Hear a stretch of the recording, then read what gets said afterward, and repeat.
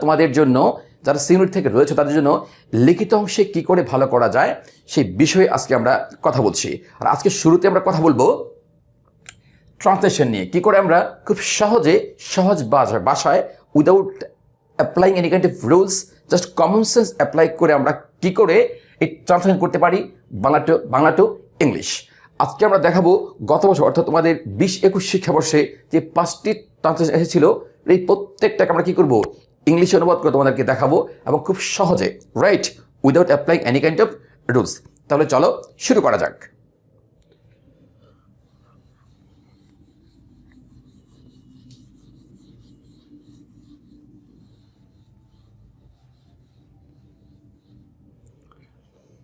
ওকে, translation B two ই।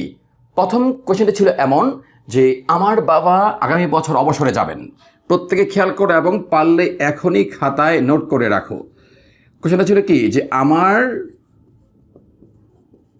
বাবা আগামী বছর অবসরে যাবেন, রাইট। আমার বাবা আগামী বছর অবসরে যাবেন, এইটাকে আমাদের কাজ কি, এটাকে আমাদের কি করতে হবে, এখন ইংলিশে ট্রান্সলেট করতে হবে। তবে তার আগে যদি আমরা এই বাক্যটিকে খুব ভালো করে অবজার্ভ করি কিংবা খেয়াল করে আমরা দেখব এই বাক্যটির মধ্যে ভার্বটি কিংবা বাংলা বললে কোনটি ক্রিয়া, ওই ক্রিয়াটি কোথায় আছে। আমরা খেয়াল করব যে ক্রিয়া আছে কোথায়, বাক্যের একেবারে কোথায়, শেষে। ক্রিয়াটি কোনটা, সেটি হচ্ছে কোনটা, অবসরে যাবেন, রাইট। আর এই থেকে তোমাদের অবশ্যই একটা নোট খাতায় এই মুহূর্তে করে রাখা উচিত। সেই নোটটি হচ্ছে যে বাংলা বাক্যের মধ্যে ভার্ব কিংবা ক্রিয়া বেসিক্যালি কই থাকে, বাক্যের শেষে থাকে।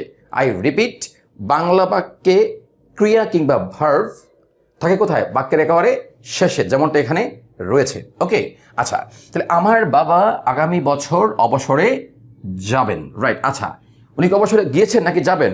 অবশ্যই যাবেন, that means it's indicate future tense, right. এখন প্রশ্ন হচ্ছে what is the meaning of the English অবসরে যাওয়া, right. What is the meaning of the English অবসরে যাওয়া? ভেরি সিম্পল, রিটায়ার, ওকে, অবসরে যাওয়া। আচ্ছা, উনি কি অবসরে গিয়েছেন নাকি যাবেন? অফকোর্স যাবেন, দ্যাট মিনস ইটস ফিউচার। আর যেহেতু ফিউচার, তাহলে কি করতে আমাদেরকে মেইন ভার্বের পূর্বে একটি শ্যাল বা উইল আনতে হবে। আমরা জানি শ্যাল ইতিমধ্যে ডেড, সে মারা গিয়েছে, শ্যাল এখন আর ইউজ হয় না বললেই চলে, right. So we can use only one for future tense and this one is will. Okay, তাহলে কি হবে, উইল, রাইট। তাহলে উইল রিটায়ার মানে কি, অবসরে যাবেন। আর এখানে উইল হচ্ছে কি ভার্ব, মডেল ভার্ব।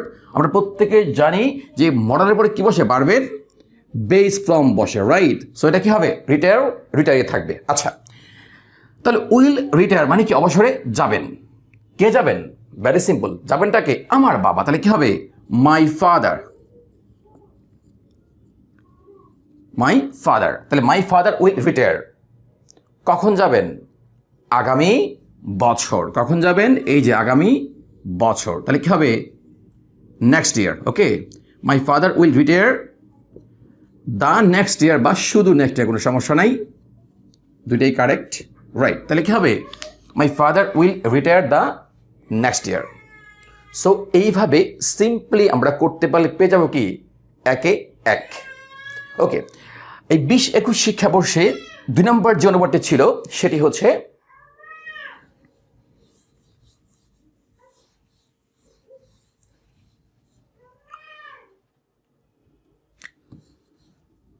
কুয়াশার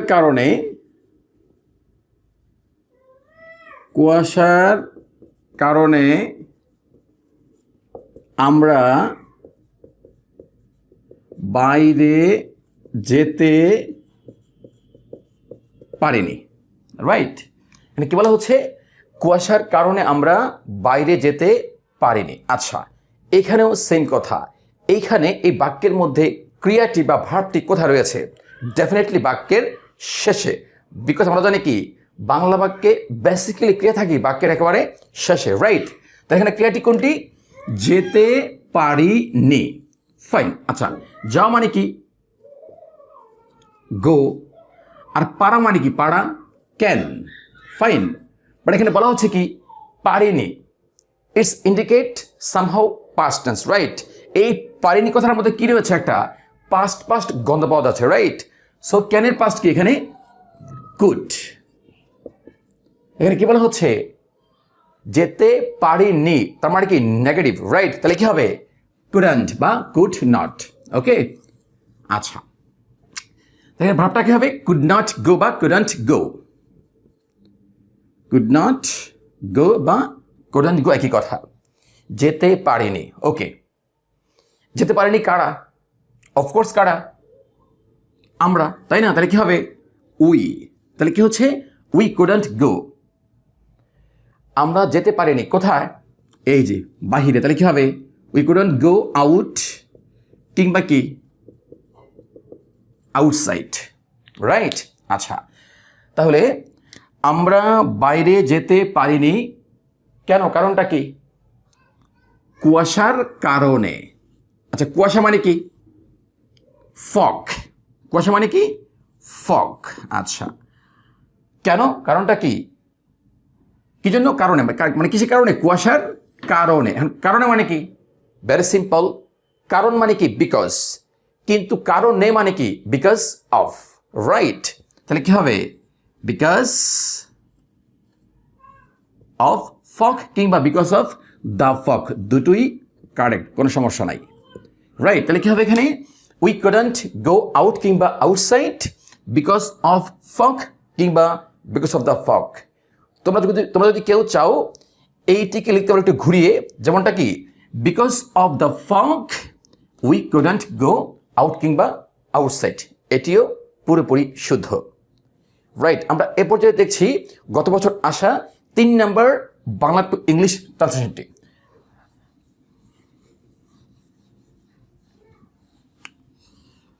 এখানে বলা ছিল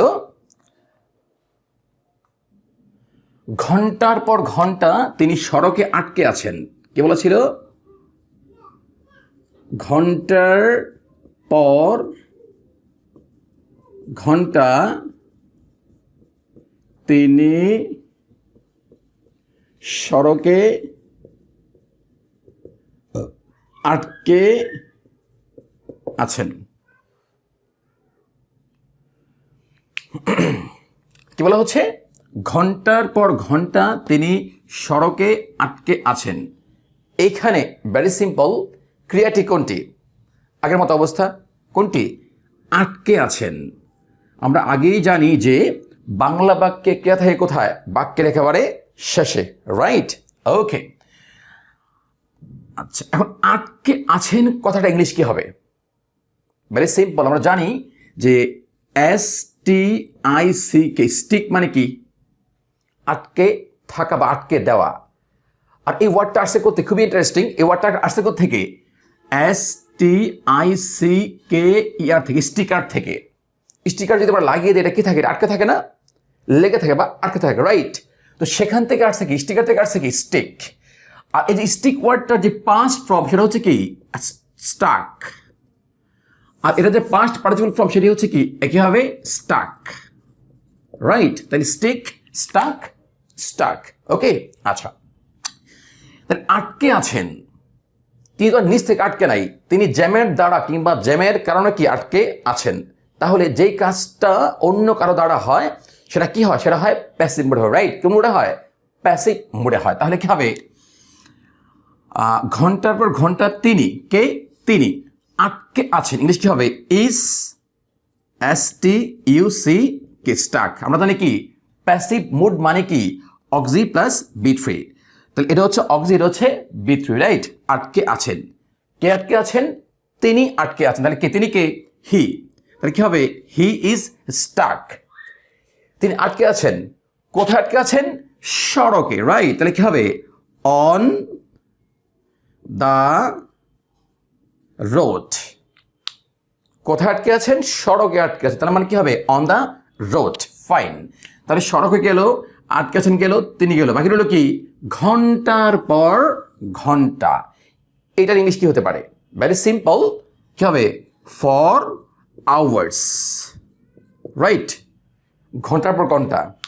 যেমন দিনের পর দিন, ফর ডেজ। মাসের পর মাস, ফর মান্থস।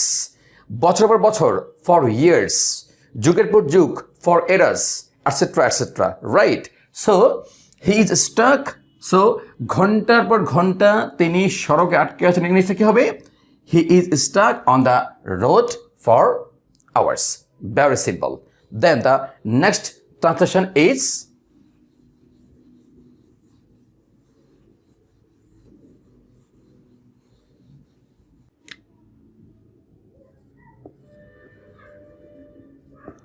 হেমন্ত এলে মানুষ ঘর বানাবে। ওকে, হেমন্ত এলে মানুষ ঘর বানাবে। আচ্ছা, এখানে ক্রিয়াটি কোনটি? ভেরি সিম্পল কথা, ঘর বানাবে। বানিয়ে ফেলেছে নাকি বানাবে? অফকোর্স বানাবে। It's indicate future tense, right?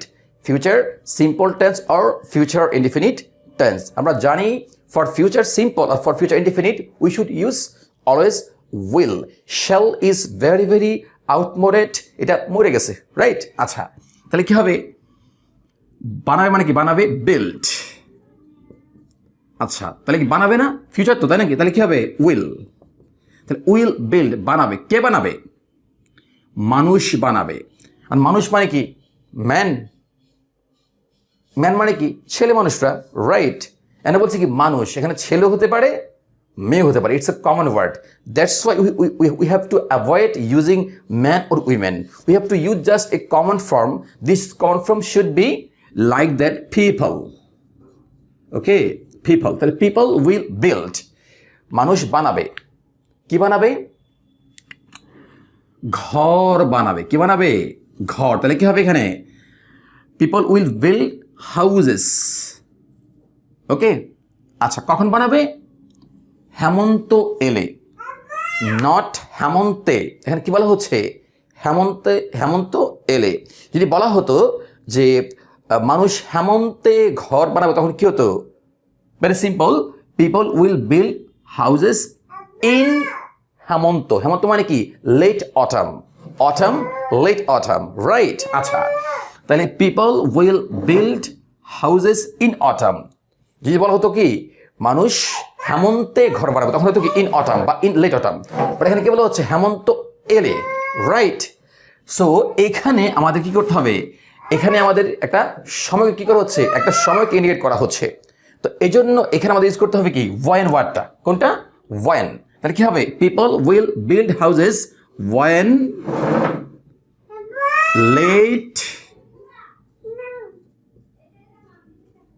Autumn comes. Okay, people will build houses when late autumn comes. যেহেতু বাইরের দেশে রয়েছে 4টি ঋতু, ওখানে লেট অটাম বা অটাম কিছু নাই, ওখানে আছে কি সরাসরি winter. So we can use here winter if we are unable to remember the word late autumn. Okay, we can use people will build houses when winter comes or জাসাতা। বুঝা গেল? এরপর 5 নম্বরে যেটা ছিল সেটা হচ্ছে সেদিন আমি তাকে কাঁদতে দেখেছি। সেদিন আমি তাকে কাঁদতে দেখেছি। ওকে, আচ্ছা, এখানে ক্রিয়াটি কোনটি? ভেরি সিম্পল কথা, আগের মতো। কোথায় ক্রিয়া রয়েছে? কোথায়? বাক্যের একেবারে শেষে। আচ্ছা, এখানে কিন্তু 2টি ক্রিয়া রয়েছে। একটা হচ্ছে কোনটা? কাঁদতে, অপরটা কোনটা? দেখেছি। তাহলে আমাদের এখানে কোনটাকে মূল ক্রিয়া অর্থাৎ মূল ভার্ব ধরা উচিত? ভেরি সিম্পল, এখানে যে ক্রিয়াটার কি রয়েছে? সাবজেক্ট রয়েছে, সেটা হচ্ছে কি মূল ক্রিয়া। এক্স্যাক্টলি, এখানে যে দেখেছি, দেখার কাজটা করছে কে? আমি, রাইট? কে দেখেছে? আমি দেখেছি, রাইট? তার মানে এখানে কি রয়েছে? এই দেখেছি ওয়াটার কি রয়েছে? একটা সাবজেক্ট রয়েছে। তার মানে এটি হচ্ছে এখানে মূল ভার্ব। আর কাঁদতে, এই যে ওয়ার্ডটা, এই যে ভার্বটা বা ক্রিয়াটা, এটা কিন্তু এখানে সাবজেক্ট উল্লেখ নাই, রাইট? আচ্ছা, সো এখানে দেখেছি হচ্ছে কি মূল ভার্ব। আচ্ছা, দেখেছি কখন? সেদিন। তার মানে কি it somehow indicate the past tense. Okay, তো দেখা মানে কি সি, আর সি এর পাস্ট কি? Very simple, saw. আচ্ছা, কে দেখেছে? আমি দেখি, তাই না? তাহলে কি হবে? আই। কাকে দেখেছি? তাকে। কাকে? তখন কি হবে? হিম। কিংবা কি হার, ওকে। আচ্ছা, তাহলে আই স হিম বা হার, কি করতে দেখেছি? কাঁদতে দেখেছি। ভেরি সিম্পল, এখানে হবে কি ক্রাইং, ওকে। তাহলে কি হবে? আই স হিম বা হার ক্রাইং। কখন? কখন দেখেছি? সেদিন। তাহলে কি হবে? আই স হিম বা হার ক্রাইং দ্যাট ডে, অর্থাৎ সেদিন আমি তাকে কাঁদতে দেখেছি। ভেরি সিম্পল, ওকে। এইভাবে খুবই সিম্পল ওয়েতে, খুবই মানে কোনো ধরনের কোনো তথাকথিত বা অ্যাজ ইউজুয়াল স্ট্রাকচার ফলো না করে আমরা ওই ভার্বটাকে যদি আমরা ধরতে পারি, অর্থাৎ একটা কথা আছে যে কান টানলে মাথা আসে, এভাবে কান ধরে টানলে অর্থাৎ ভার্বকে ধরে টান দিলে প্রথমে যদি আমরা কি করতে পারি, ভার্বটাকে মাঝখানে ফর্ম করে ফেলতে পারি, তাহলে ভার্বের আগে সাবজেক্ট থাকে, এরপর থাকে কি এক্সট্রা পার্ট কিংবা অবজেক্ট থাকে, এগুলো খুব সহজে চলে আসবে। মেন কাজ কোনটা? মেন কাজ হচ্ছে কি ভার্বটাকে ধরে টান দেওয়া, অর্থাৎ কান ধরে টান দেওয়া, মাথা কি আসবে? অটোমেটিক আসবে। আর ভর্তি পরীক্ষা থাকে দুই ধরনের ট্রান্সলেশন, আমরা আগে উল্লেখ করেছি, ইংলিশ টু বাংলা এবং বাংলা থেকে ইংলিশ। ভর্তি পরীক্ষা একটু টেকনিক্যালি এই কাজটা করতে পারলে মোটামুটি আমরা কিন্তু এখান থেকে কি 10 আউট অফ 10 তুলতে পারি। আর ইংলিশ পার্টে কোনো একটা টপিক থেকে 10 আউট অফ 10 কিংবা 10 আউট অফ 10 পাওয়ার মানে হচ্ছে বিশাল কিছু।